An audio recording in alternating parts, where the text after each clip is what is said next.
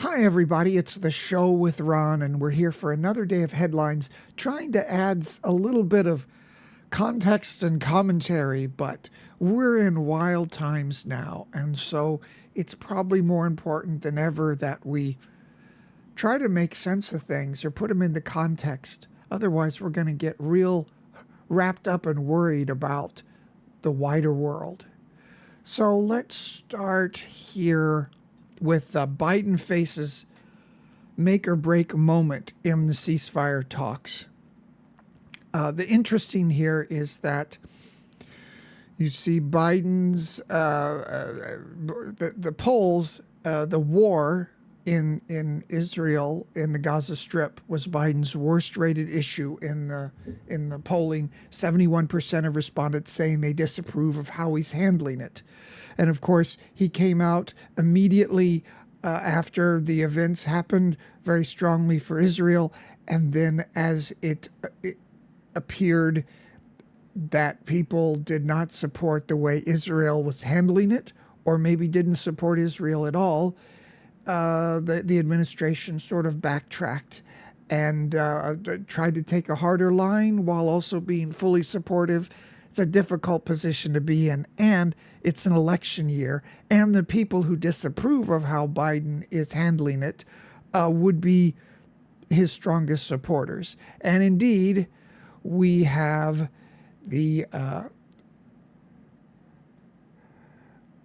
radical students now who are causing trouble on campus. This is a bizarre situation for the United States that has always held Israel as its number one top ally, did a lot of dirty work for the United States in handling other countries in the region over the years. It is a democracy, but we have this long-standing, festering issue of the Palestinian question. When I was born, it was an issue, and it'll be an issue when I'm dead, probably, certainly now at this point. And all of this, we probably shouldn't look for too many parallels in history or repeating parallels, but years ago, I was at USC in the special collections there. I'm a librarian at heart, and I worked with a lot of research people. This was back in the 80s, and I brought a lot of, for this one particular book, this team was following the buildup in the 1960s of how the youth became broken apart from the mainstream of thought. You had these upstanding, super dour guys and women who had won World War II, and their kids turned out to sort of end up hating America for a lot of reasons. Some good, some bad. Some we're still trying to figure out. So as I was bringing these newspapers, these clippings, and laying them out and getting them ready for the team to see them, I could see myself, the slow buildup of this situation and how people were responding to it. And there were articles almost using this sort of exact same phrasing to say that the students, the hippies in the 60s, they were mollycoddled, they had it too easy, and they were maybe taking too much drugs. They didn't know how the way the world really worked, you could possibly say that from a certain perspective in this situation. And in both situations, when you say that, it's sort of unfair. And we know that in the fullness of history, the people in the 60s who protested, they essentially had reasons. In the light of day, everyone realized how wrong-headed and crazy and doomed the Vietnam War situation was. I don't know what the lesson is here, but when I saw this headline, excuse me, it completely, it was a flashback to reading all of those articles from the 60s showing the buildup of how people were reacting to the youth generation who dared to protest against the way things were.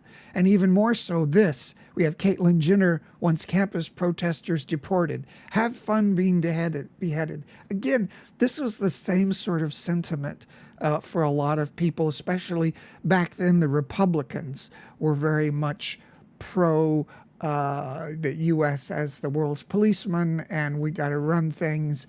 And of course, we have Caitlyn Jenner as a person who we know is essentially a Republican, and it's been interesting to watch over the years as she tries to balance the right leaning with being a trans person, and again, yeah, calls to deport student protesters in the 60s, yes. Calling them mollycoddled, yes. And I guess I don't want to go on and on about this, but essentially at the time I thought I could see how a lot of people in the 60s in the right, the veterans who could not understand what the youth were talking about. And I thought, if this situation ever arises again, and we know we have good times and bad times, if this ever situation arises again, I will be aware enough to understand which side to be on.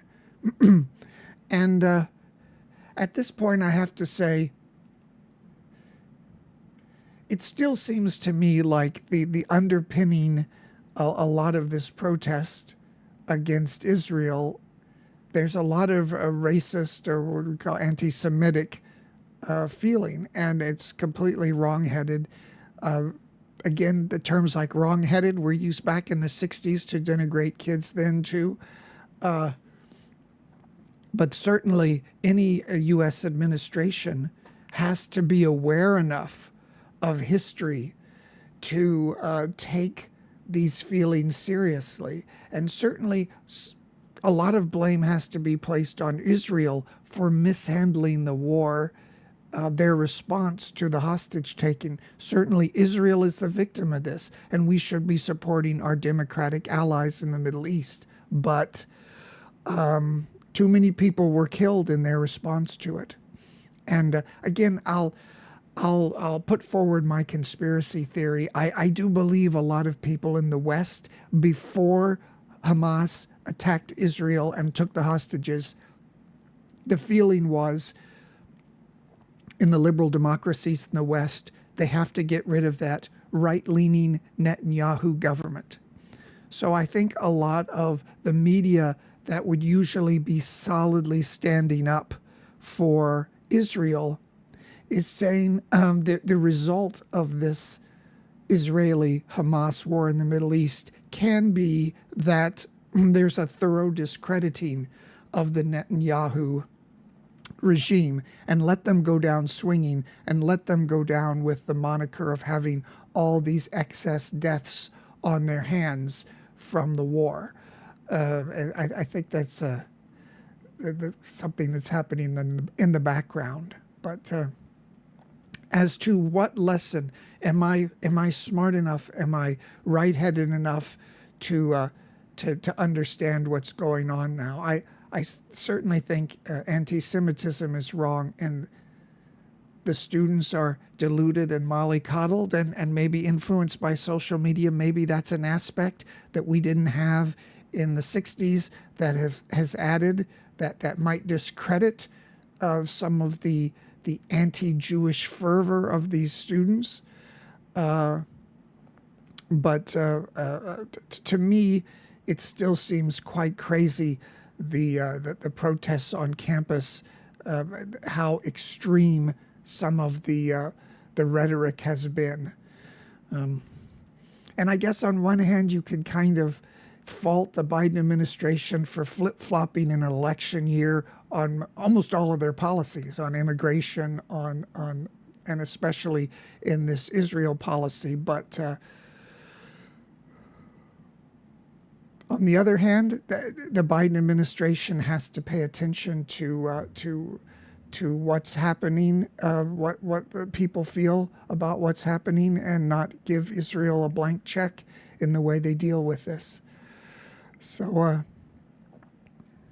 anyway, that's that. Okay, so Jerry Seinfeld has a movie about Pop-Tarts. Okay, there's a palate cleanser. Okay, next thing. News organizations have trust issues as they gear up to cover another election. Polls find. No kidding. A big part of this channel, in its present format, it started about 8 or 9 months ago. A lot of it, I've just seen so much of news that is misreported, purposely misreporting, purposely misleading. A lot of cheerleading for the Biden administration, telling people that if they think the economy's bad or that homelessness is at an all-time high, if they don't agree with the immigration policy, they're mistaken. It's actually better than it's ever been before. And all these articles were, not as a analysis or commentary or opinion. They're just reported as news stories that people are mistaken. It's called the vibe economy, people. Things are wonderful. You used to pay $3 for potato chips. Now you pay $7. But you're just mistaken if you think that's bad. It's a lot of cheerleading for the administration, and I think people see how partisan the news media has gotten. Even if they essentially agree with Biden or progressive ideals, it's a weird situation, and again, probably has to do with the internet as well, outside of politics, because in the internet or social media, you have to give an opinion, a point of view to your readers. That's that, and anyone can do that. So it has pushed the normally, you're supposed to be, impartial or disinterested, try to have an even-handed approach, explain both sides in the media. It's created a situation where the news media itself has to perform like social media and give their opinion. However, at the same time, we have this kind of crazy thing where a lot of people on the right have tried to say that the election was stolen last time, which it absolutely wasn't by any objective measure. And I think a lot of people promote this idea just because it drives the other side crazy. They like to stir things up. Certainly in the 2020 election, the voting was different, historically different, because of the COVID situation, and it allowed the political parties to go around into months before the election and canvass and collect everybody's votes. Maybe people who would have never voted before cast their vote, and a lot of the people in those neighborhoods, they ended up voting for Biden. I know there are lots of statistics like, the turnout for Biden in black neighborhoods was even higher than it was for Obama in those same areas, and it was because of they were able to get everybody's votes because of COVID. Now, you could say that's fair or that's not fair. Certainly, the Republicans have been derelict because they haven't engaged with a lot of urban neighborhoods. I lived for many years in Los Angeles, and I saw how Democrats run unopposed. Even if you put up a token Republican that says, give me a chance, I'm going to do this, to try to say something that appeals to all the electorate, that says there may be something that would cause you to just take a chance for a couple years on a different party. But no, the Republicans have ceded a lot of these areas completely over to the other side. So this complicates things where I think the media has to sometimes venture into opinion area and just say when large portions are claiming completely false things about the election, it's the media's job to uh, to set things straight. But in the way they've done it, it hasn't seemed to be impartial. It seems as if they're trying to help out the one party over another. That's another. We had two thorny problems today. You know, we have this student protesting that is similar, maybe, to what happened grew up in the '60s, and then we have this news organizations that have lost their impartiality. Difficult situation.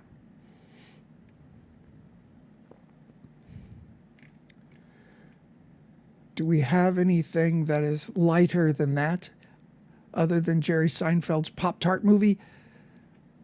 See, even this, I don't know if you could see this. So all of these kind of articles, you know, UCLA canceling classes after night of violence, you know, Portland library activists fortify for stand-up. You could have seen these headlines in the '60s, maybe around '68 at the peak of that era. So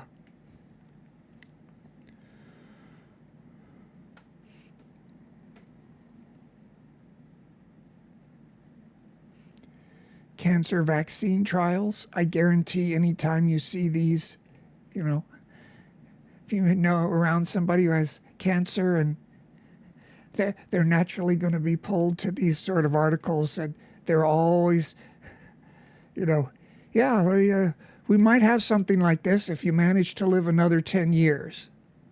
But usually that doesn't happen. So it's false hope.